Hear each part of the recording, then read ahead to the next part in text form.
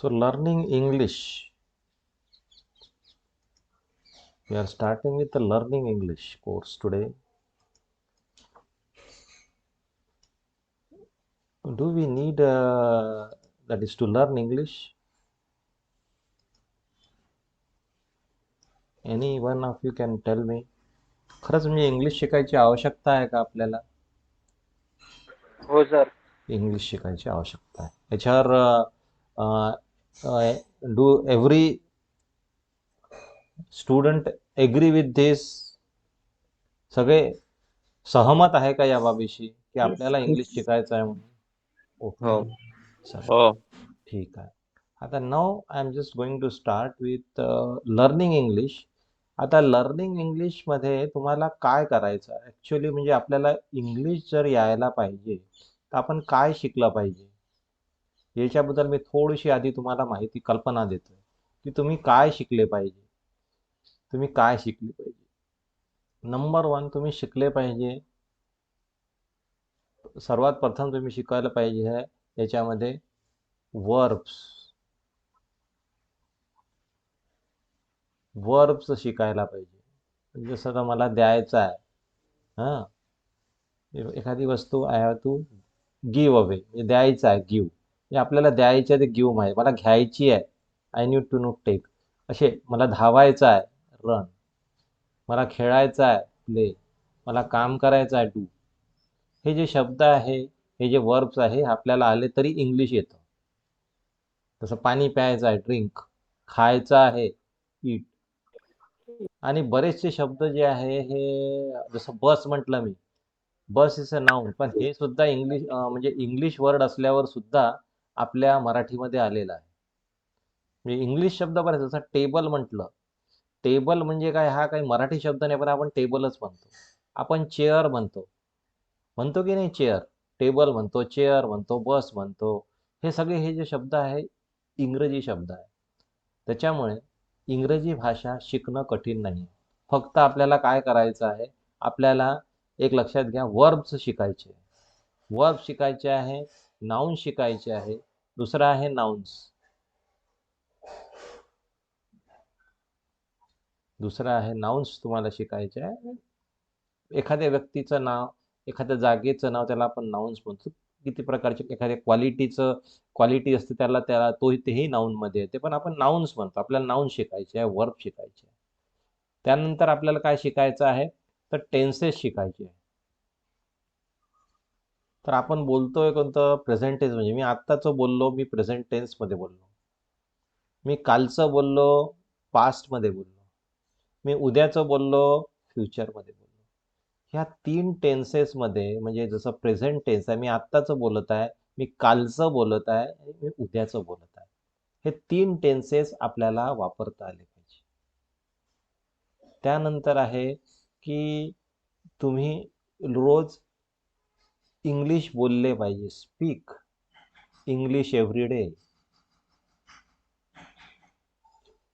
तुम्ही जर स्वतः रोज इंग्लिश बोलत असाल तर तुम्हाला इंग्लिश येईल. दुसरं, अजून एक सांगतो याच्यामध्ये, जर तुम्हाला इंग्लिश शिकायचं आहे, you need to write sentences. Write sentences at least 5, हे 5 सेंटेन्सेस तुम्हाला रोज लिहायचे. आणि शेवटचं आहे की you need to learn new words. त्याला आपण व्हॉकॅब्युलरी म्हणतो. इंग्लिशमध्ये त्याला व्हॉकॅब्युलरी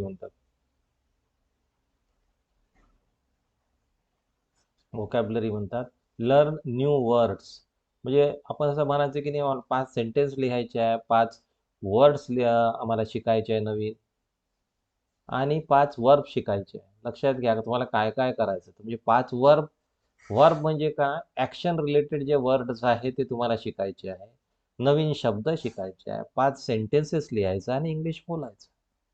आणि तेही हे जे आहे, जे आपण शब्द शिकतो आहे, हे शब्द आपण शिकतो आहे, तर हे वापरात आणायचे आहे. आणि यासोबत आपल्याला काही याच्यासोबत आपल्याला जे आहे, कॉमन सेंटेन्सेस शिकायचे आहे. एकदा कॉमन सेंटेन्सेस तुम्हाला आले, वर्ब्स आले, नाउन्स आले, टेन्सेस आले, वर्ड्स आले, मला नाही वाटत की तुम्हाला इंग्लिश येणार. इंग्लिश का बरं येत नाही आम्हाला? तर आम्हाला वर्ब्सच नाही माहीत, आम्हाला नाउन्सच नाही माहीत, आम्हाला टेन्सेस नाही माहीत, आम्हाला कॉमन सेंटेन्सेस माहीत नाही, आम्ही नवीन शब्द शिकत नाही. मला एक सांगा की रोज आपण जर विडा घेतला की नाही, मला 5 शब्द शिकायचे आहे, 5 वर्ड्स, 5 शब्द जर मला शिकायचे आहे, तर समजून घ्या तुम्ही 365 दिवस आहे, पण 300 दिवस तुम्ही शिकले. 300 गुणिले 5 किती होते? 1,500 वर्ड्स. 1,500 वर्ड्स तुम्ही एका वर्षात शिकू शकता. मी 365 म्हणतो, 65 सुट्ट्या देऊन दिल्या तुम्हाला. 300 गुणिले 5, 1,500. तर कठीण नाही आहे, पण सातत्यपूर्ण प्रयत्न असेल तर तुम्हाला हे या गोष्टींनी इंग्लिश येते, असा माझा ठाम विश्वास आहे. असा माझा ठाम विश्वास आहे. हे जर तुम्ही करू शकले तर हा ठाम विश्वास आहे. आणि आपल्याला आपण जे इंग्लिश शिकणार आहे, तर काय कोणत्या पद्धतीने शिकणार आहे, याच्यातला मी तुम्हाला काही अंश दाखवतो आहे. याच्यामध्ये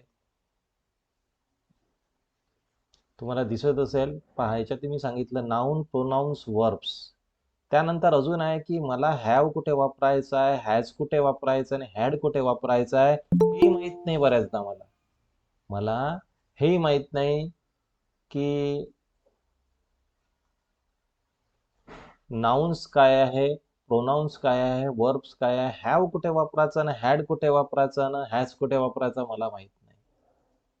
ह्या गोष्टीमुळे काय होते, जेव्हा मला हे माहीत नाही तर मला इंग्लिश येत नाही, लक्षात घ्या. त्याच्यानंतर आपण काय शिकणार आहे, तर प्रेझेंट टेन्समध्ये ॲम, इज, आर कुठे वापरायचा. प्रेझेंट टेन्समध्ये काय येतो? Am, is, are. लक्षात ठेवा, काही काही शब्द जे आहे हे थोडेसे डोक्यात सुद्धा घालायचे. Am, is, are. आणि प्रेझेंट टेन्समध्ये काही बोलणं. त्याच्यानंतर पास्ट टेन्समध्ये काय येतं? Was, were. लक्षात ठेवा, वॉज आणि वेअर हे पास्ट टेन्समध्ये वापरल्या जातात. आपण कुठेही वॉज वापरतो, कुठेही वेअर वापरतो, आणि मग पूर्ण सगळी गडबड होऊन जाते. आणि काही असे पॅरेग्राफ आपल्याला लिहायचे. त्याच्यानंतर कंटिन्युअस म्हणजे कोणती आपल्याला रनिंग कॉमेंटरी, कोणी काम करत त्याची कॉमेंटरी करायची आपल्याला, तो सुद्धा महत्त्वाचा घटक आहे. फ्युचर टेन्स मी तुम्हाला सांगतो आहे, म्हणजे आपल्याला फ्युचर म्हणजे फ्युचरमध्ये जर बोलायचं आहे तर ते फ्युचर टेन्स होते. त्यानंतर तेच सांगतोय मी, हॅव कुठे वापरायचं, हॅज कुठे वापरायचं, हॅव बीन कुठे वापरायचं, हॅज बीन कुठे वापरायचं, हे आपल्याला शिकायचं आहे. क्वेश्चन शिकायचे, कोणते कोणते क्वेश्चन टॅग्स कुठे कुठे वापरायचे. कंडिशन्स, कंडिशन्स कुठे वापरायच्या, कोणत्या कंडिशन्स कुठे वापरायच्या आहे, कंडिशन्स कुठे वापरायच्या आहेत, कंडिशन्स कुठे वापरायच्या आहे. जे इफ, हे जी कंडिशन आहे, इफ वाली जी कंडिशन आहे, कुठे वापरायची आहे. त्याच्यानंतर मग आपल्याला प्रेझेंटमध्ये बोलायचं आहे, पास्टमध्ये बोलायचं आहे, फ्युचरमध्ये आपल्याला इन्स्ट्रक्शन्स देता आले पाहिजे, आपल्याला मेसेजेस देता आले, आपल्याला नोटीस लिहिता आले पाहिजे, आपल्याला प्रिपोजिशन्स बद्दल बोलता यायला पाहिजे. ऑन कुठे वापरायचा, इन कुठे वापरायचा, बिटवीन कुठे वापरायचा. त्याच्यानंतर आपल्याला साधं बोलणं आलं पाहिजे, लग्नाविषयी, रिपेअर्सविषयी एक्झाम्पल देतो आहे. त्यानंतर आपल्याला जेव्हा खुशी होते की ते एक्सप्रेस कशी करायची, आपल्याला इन्व्हिटेशन द्यायचे आहे कशी द्यायची, आपल्याला ॲडवाईस द्यायचा आहे कसं द्यायचं. त्यानंतर आपण रेल्वे स्टेशनवर आहे, हो घरी आहे, डॉक्टरच्या क्लिनिकमध्ये, हॉटेलमध्ये आहे, आपल्याला बोलायचं कसं, इंग्लिशमध्ये जर बोलायचं असेल तर आपल्याला कोणती पर्सनॅलिटी आहे त्याच्याबद्दल कसं बोलायचं आहे, आपल्याला सिंपल रिक्वेस्ट कशी करायची, आपल्याला टेलिफोनवर कसं बोलायचं, नवीन ठिकाणी आपल्याला एन्क्वायरी कशी करायची, आपल्याला कलर टी व्ही जर घ्यायचं त्याच्याबद्दल कसं बोलायचं, आपल्याला कस्टमरला कन्व्हिन्स करायचं इंग्लिशमध्ये कसं करायचं. त्यामुळे मी तुम्हाला टार्गेट देतो आहे की मी तर ॲक्च्युली माझ्या क्लासमध्ये जे क्लासेस मी आधी घ्यायचं, 10चा टार्गेट दिला होता वर्बचा. म्हणजे वर्ब्स तुम्हाला रोज 10 शिकायचे आणि वर्ड्स 10 शिकायचे. तुम्ही वर्ब आणि वर्ड एकत्र केले तर तुम्हाला जवळपास 20 शिकायचं. लक्षात ठेवा, 20 जर शिकले तर किती शब्द रोज तुम्ही शिकू शकाल. कठीण काहीच नाही आहे. लोक सांगतात इंग्लिश खूप कठीण आहे. इंग्लिश कठीण नाही आहे. काय येत नाही तुम्हाला इंग्लिश? तर वर्ब्स येत नाही आणि ते जे शब्द आहे इंग्लिशचे तुम्हाला येत नाही आणि टेन्सेस येत नसल्यामुळे तुम्हाला इंग्लिश येत नाही.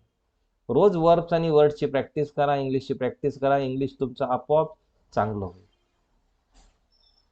ठीक आहे. आणि विचारायचं कसं कोणाला, आस्किंग फॉर समथिंग हा एक तो याच्याचा विषय आहे. आणि आपल्याला अटेन्शन जर कोणाचं घ्यायचं असेल तर बोलायचं कसं आहे, किंवा बंद करायचं असेल बोलणं तर कसं बोलायचं आहे. असं मी जवळपास 30 असे लेक्चर्स आहे माझे. पण हे तुम्हाला मी 20 दिवसात मी तुम्हाला शिकवणार आहे. एक आयडिया दिली तुम्हाला मी काय शिकवणार. ओके. कोणी येत आहेत? ओके. कोणी येत आहे का? मला तर कोणी दिसत नाही. आवाज येतोय म्हणून मला ते करावं लागत आहे. ओके, ठीक आहे. तर एक स्टार्टिंग म्हणून आज आपण सुरू करतो आहे, की म्हणजे मी तुम्हाला सांगितलं होतं की आपल्याला नाऊन म्हणजे काय. नाऊन म्हणजे हे नाव आहे. तुम्ही मराठीमध्ये त्याला नाम म्हणतात. नाऊन म्हणजे नाव. ते काय असते? हे एखाद्या व्यक्तीचं नाव असते, एका जागेचं नाव असते, एखाद्या वस्तूचे नाव असते, आहे का नाही? एखाद्या प्राण्याचे नाव असते, एखादी आयडिया असते, एखादी क्वालिटी असते. तेच सांगत आहे मी. राम, इंडिया, बॉक्स, काऊ, फ्रीडम हे काय आहे? हे नाऊन आहे. आता हे नाऊन कसे राहू शकतात? म्हणजे जसं प्लॅन्ट म्हटलं नाऊन आहे. आता हे हे सिंग्युलर राहू शकतात आणि प्लुरल राहू शकतात. म्हणजे म्हणजे एकवचन आणि बहुवचन आपण म्हणतोय मराठीमध्ये. हे आपल्याला म्हणता यायला पाहिजे. याच्यामध्ये बरेचसे नियम आहे, की आपल्याला जर प्लॅन्ट बनायचं, एक प्लॅन्ट, आपल्याला जर टू प्लॅन्ट्स, म्हणजे आपल्याला म्हणजे खूप सारे प्लॅन्ट आहे, अनेक वचनमध्ये म्हणायचं आहे प्लॅन्टला, तर आपण काय लिहितो? प्लॅन्ट्स. आता मँगो आहे, खूप सारे मँगो आहे, आपण मँगोज म्हणतो. आता इंग्लिश भाषा एक लक्षात ठेवा. इंग्रजी जी भाषा आहे ही खूप it is called as a funny language. English is called as a funny language. Funny language यासाठी की आपण जसं उच्चार करतो किंवा जसं लावतो नियम, ते सगळीकडेच नियम लागत नाही. ते नियम चेंज होतात. ते नियम काय होतात? चेंज होतात. वारंवार चेंज होत राहतात. वारंवार चेंज होत राहतात. त्याच्यामुळे आपल्याला काय आहे, की आपल्याला ते आपल्यालाही जे नियम आहे ते माहीत करून घ्यावं लागतं. आता कसं आहे, की जसं प्लांट म्हटलं तर मला अनेक वचन प्लांटचं करायचं आहे, तर what is that? It is plants. परत मोठं करतोय, तुम्हाला दिसत आहे ना, की अजून मोठं करूया याला. इतकं दिसत आहे तुम्हाला हे? मला वाटते तुम्हाला दिसत असेल. हां. जसं प्लांट आहे, तुम्ही प्लांट्स म्हणतोय. प्लांटला मी काय म्हणतोय? प्लांट आहे तर प्लांट्स म्हणतोय. एस लावला. काय लावलाय मी? एस लावला. म्हणजे एस लावला या प्लांटला. एस लावला तर तो काय झाला? तो झाला बहुवचन. आता मँगो आहे. मला खूप सारे मँगो पाहिजे, तर मँगोज म्हटलं मी. मग मी काय लावलं इथं? बघितलं का तुम्ही? मी काय लावला इथं? इथं यस. एस लावला. एक लक्षात ठेवा. आता हा नियमही असाच आहे. जिथंही ओ येतो शेवटी, एक लक्षात ठेवा, जिथंही ओ येतो शेवटी, तर त्याला काय लागते आहे? फक्त एस लागत नाही, त्याला ई एस लागते. आता बघा, टोमॅटो आहे इथं. एक लक्षात घ्या. एक टोमॅटो आहे इथं. तुम्हाला दिसत असेल, हा टोमॅटो दिसत असेल. टोमॅटो ओ आहे, त्याला काय लागेल? ई एस लागेल. आलं का लक्षात? म्हणजे सगळीकडेच पॉसिबल नाही आहे. परत मी सांगतोय, एका ठिकाणी टोमॅटो म्हणून लागलेला आहे, ओ लागला, जिथं जिथं ओ लागला आहे तो ई एस मध्ये कन्वर्ट होतो. नंतर मॅन, मला मॅन म्हणायचं आहे, तर अनेक मॅन्स नाही म्हणत मी. हे कसं कन्फ्यूज आहे, लोक कन्फ्यूज होतात. Man's, there are many man's, not man's. It is man. एच्या जागीमध्ये मी काय लिहितो आहे? ई. आता हेच आता मी म्हटलं वुमन, म्हणजे बाई माणूस जी राहते तिला आपण वुमन म्हणतो, म्हणजे महिला वर्ग तिला वुमन म्हणतो. तिथं खूप सारे वुमन होते, तर वुमेन होऊन जाते. ते काय होऊन जाते? वुमेन. MEN. बघा, हा ई आहे, इथं ए आहे. आलं लक्षात? सो मॅनचा काय झाला? एक माणूस, अनेक माणसं, तर मेन होऊन जातो तो. आता बघा, विश. विश आहे, विशचं काय झालं? विशेष. ES लागलं विशला. आता तुम्ही म्हणाल सर, हो. आता जर मला म्हणायचं आहे फिश म्हणायचं आहे, फिश. फिशला काय होईल बघा? फिशेस. फिश काय होईल? फिशेस. विश, विशेस. म्हणजे अनेक विश. फिश, एक फिश, अनेक फिश, फिशेस. आता बघा क्लास. आता बघा क्लास. क्लासला काय लागलेलं आहे बघा? डबल एस आहे, क्लास. क्लासला काय लागलं? ES लागलं, क्लासेस. आता जसं मास म्हटलं आपण, मास. मास. त्याला काय होईल? मासेस. मासेस. ओके. टोमॅटो बद्दल मी बोललेलोच आहे. ओ असल्यामुळे ES लागते. टूथ बघा, टूथ. टूथचं काय होते? डबल ओ आहे तर डबल ई लागते. म्हणजे एक दात तुला म्हणायचा आहे, तो काय म्हणशील? Tooth. My teeth is Penning नाट, म्हणजे माझं दात दुखत आहे मला म्हणायचं आहे. माय टूथ इज पेनिंग म्हणजे एकच दात दुखत, म्हणजे खूप सारे दात दुखत आहे, तर मी काय म्हणेन? माय टीथ आर पेनिंग. टीथ. तर कसं लक्षात आलं का? म्हणजे डबल ओ होतं, तर डबल ओच्या ठिकाणी डबल ई लागलं. म्हणजे असंही तुम्हाला विचारू शकता. टूथ सिंग्युलर आहे की प्लुरल आहे? एक लक्षात घ्या. ITIच्या परीक्षेमध्ये एम्प्लॉयमेंट स्किल्समध्ये तुम्हाला ते विचारू शकते. टूथ हा सिंग्युलर आहे की टीथ हा सिंग्युलर आहे? कोणता सिंग्युलर आहे? सांगा मला आता तुम्ही. जे सिंग्युलर टूथ आहे की टीथ आहे? कोणता आहे सिंग्युलर? कोणता आहे? टूथ आहे. बरं. ऑडिओ बंद करत जा, म्हणजे उत्तर सांगायचं, ऑडिओ आपला बंद ठेवायचा. म्हणजे टूथ हा सिंग्युलर आहे आणि प्लुरल काय येतो याच्यामध्ये? याच्यामध्ये प्लुरल काय येतो? तर टीथ येतो. म्हणजे हा टूथच्या ऐवजी काय येतो? टीथ. नंतर नंतर आहे बघा, मी आता काही काही वेगळे शब्द मुद्दाहून घेतले आहे. आता जसं आता टूथचं टीथ केलं, त्याच्यामध्ये दुसराही एक शब्द तुम्हाला मी सांगा, मला जर फूट म्हणायचा आहे. फूट. फूट म्हणजे पाय. फूट. आता दोन पायाला काय म्हणेल मी? फीट. FEET. फीट. लक्षात ठेवा. ओके. हां. त्यानंतर मग आहे चाइल्ड. म्हणजे एकच लहान बाळ असेल त्याला आपण त्याला चाइल्ड म्हणतो. चाइल्ड. पण खूप सारे बाळ असेल, खूप सारे बाळ असेल, त्याला आपण काय म्हणू? त्याला आपण काय म्हणू? चिल्ड्रन. चिल्ड्रन. छोटे मुलं. बेबी. एकदम लहान बाळ. बेबी. वाय आहे इथं, तर वायच्या ऐवजी काय केलं यांनी? IES. इथं वाय येते. इथं वाय येते. त्याचं जर आपल्याला रूपांतर करायचं असेल, लक्षात ठेवा, तर काय लागते? IES लागते. लक्षात ठेवा. Baby, babies. Baby, babies. लक्षात ठेवा. Baby, babies. त्याच्यानंतर लाईफ. बघा लाईफचं काय केलं? FE आहे. लाईव्स. म्हणजे एक एक एक लाईफ म्हणजे एक जीवन, अनेक जीवन. लाईव्स. म्हणजे FEच्या ठिकाणी काय लागलं? VES. तसंच म्हणजे आपण चाकू, चाकूला आपण नाईफ म्हणतो. चाकूला काय म्हणतो? नाईफ म्हणतो आपण. नाईफ. FE आहे शेवटी. याचं काय होईल? नाईव्स. KNIVES. त्याला काय म्हणता मंडळी? समजलं का? एवढं तर समजलं असेल तुम्हाला मी काय म्हणतोय तर. हो सर. हे लक्षात ठेवा. म्हणजे हे आता का लहान लहान गोष्टी आहेत. तुम्हाला असं परीक्षेतही असं विचारू शकतात तुमच्या ITIच्या की म्हणजे फूट आणि फीट. फीट काय आहे? सिंग्युलर आहे की प्लुरल आहे? किंवा फूटचं प्लुरल फॉर्म काय आहे? किंवा टोमॅटोचं प्लुरल फॉर्म किंवा असं विचारू शकतात. खूपदा इथं कन्फ्यूज होता माणूस. फूट आणि फीट, टूथ आणि टीथ याच्यामध्ये कन्फ्यूज होऊ शकता तुम्ही, पण आपण कन्फ्यूज व्हायचं नाही. ओके. त्याच्यानंतर आहे हे नाउन्स झाले आहे की नाही? नाउन्सचं आता जसे जे शब्द होईल तशी तशी मी तुम्हाला सांगेल तिथं सिंग्युलर प्लुरल. ओके. पण हे काही काही जे याच्यात आहे शब्द जे आहेत त्याच्यात तुम्हाला मी सांगितलेलं आहे, हे थोडेसे लक्षात ठेवा.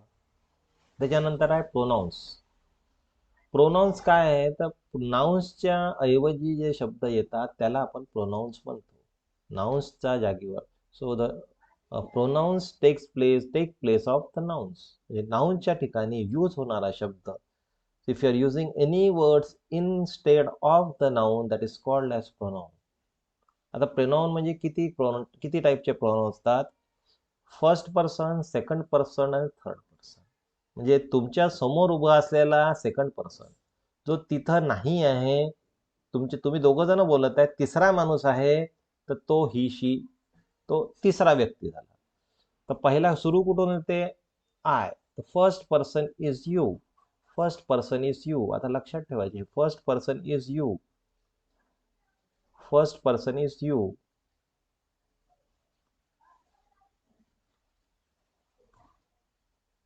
First person is you. म्हणजे आपल्याला सिंग्युलर मध्ये जर मला म्हणायचं आहे तर मी फर्स्ट पर्सन आय. तुमच्या समोर असलेल्याला काय म्हणू आपण? यू. I, you. तर तिकडे आहे, दुसरीकडे आहे. ती मुलगीही राहू शकते, मुलगाही राहू शकते, एखादं मशीनही राहू शकते, ऑब्जेक्टही राहू शकते. ही, शी, इट. इतकं लक्षात ठेवायचं पहिले आज. आय, यू, ही, शी आणि इट. तुमच्या समोर असलेल्या व्यक्तीला यू म्हणशील. स्वतःला काय म्हणशील? आय. आय. आता जागेवर तुम्ही तिथं बोलणं शिका आहे. आय आय आय मी, मला स्वतःला म्हणायचं I I I I I I. समोरच्या व्यक्तीला काय म्हणणार? बोलणार, तुम्ही तोंडातून बोला. एक लक्षात ठेवा, इंग्लिश असं आहे की तुम्हाला तुमच्या जागेवर जिथं तुम्ही बसलाय तिथं बोला. घरच्यांनी वाटायला पाहिजे तर का पोरगा काहीतरी शिकत आहे. तुम्ही जर बोललेच नाही, नुसतं ऐकत असाल तिथं, तर पोरांना, घरच्या लोकांना वाटेल की हा काही शिकत नाही, आहे की नाही? त्यांनाही येऊ द्या. तुमच्या घरी जर कोणाला इंग्लिश शिकायचं असेल, त्यांनाही म्हणा येऊन बसा, आमचे सर इंग्लिश शिकवत आहेत. हां, तर कसं म्हणाल? आय. बोला बोला, जिथं आहे तिथं बोला. हां, ठीक आहे. नंतर तुमच्या समोर असलेल्या व्यक्तीला काय म्हणाल? You you you you you you you you you you you.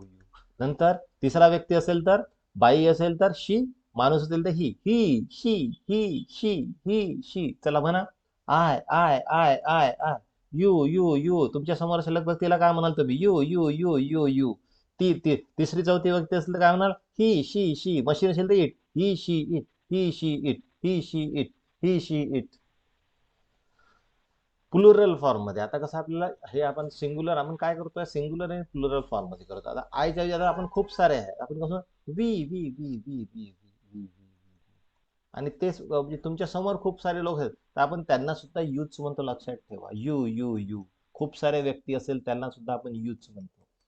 आणि खूप सारे मुलं आहे तर दे, खूप सारे मुली आहे दे. आलं लक्षात? दे. खूप साऱ्या मशीन्स किंवा जे काही पार्ट्स आहेत ते लक्षात ठेवा. हां, की तुम्हाला कसं म्हणायचं आहे. म्हणजे आपण खूप सारे आहे. फर्स्ट पर्सन मध्ये वी होतो, सेकंड पर्सन मध्ये यू होतो, आणि थर्ड पर्सन मध्ये काय होतो? दे होतो. ओके, मला वाटतं इथपर्यंत तर तुम्हाला समजलंच असेल. समजलं की नाही? प्रोनाउन्स पर्यंत आपण आलेलो आहे. आपण प्रोनाउन्स पर्यंत आलेलो आहे, इतकं लक्षात ठेवा. आपण प्रोनाउन्स पर्यंत आलेलो आहे, आणि तुम्हाला हे आलंच असेल असं